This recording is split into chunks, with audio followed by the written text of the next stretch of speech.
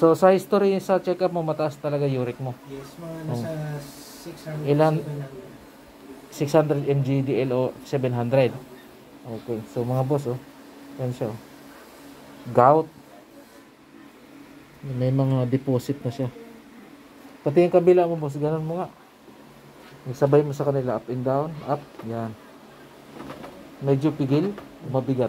Mabigat. Mabigat. Yan siya. Ilang buwan na to? Nasa Taon na. Kumusta naman yung pagsasama nyo?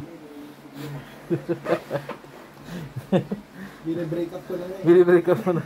Ayaw. Ayaw pa pong break up. So ayan, hihilutin natin yung mga excess uric nandito sa joint.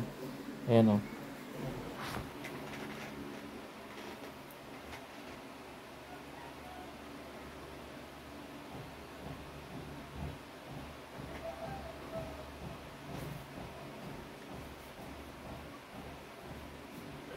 Gilap. Sige. Okay, relax.